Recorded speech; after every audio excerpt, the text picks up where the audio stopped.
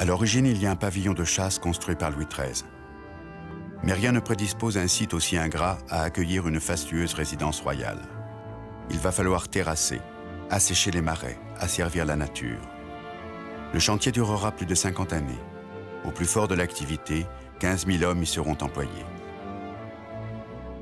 Le jeune souverain se contente d'abord d'embellir ce petit château de cartes où il vient en galante compagnie pour de courts séjours. À l'avant-cour, l'architecte Levaux construit des communs. Écurie à gauche, cuisine à droite.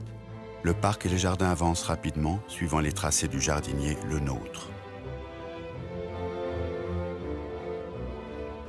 À 30 ans, Louis XIV dit à Colbert qu'il veut tenir conseil à Versailles, ce qui décide du premier agrandissement. Du côté de la ville, les communs de Levaux sont raccordés au château et les façades bientôt ennoblies de colonnes, de balcons, de sculptures.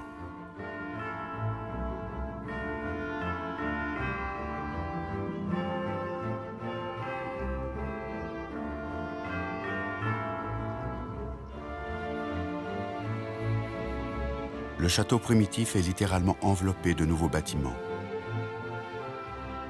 L'idée première est de l'enserrer, côté parc, dans 2 ailes latérales reliées par une vaste terrasse. La parenté avec les villas baroques italiennes est manifeste, mais cette belle terrasse s'accommode mal de l'incertain climat d'Île-de-France. Elle disparaît donc. À sa place, on créera la Galerie des Glaces. Si la terrasse a disparu, l'architecture demeure néanmoins baroque.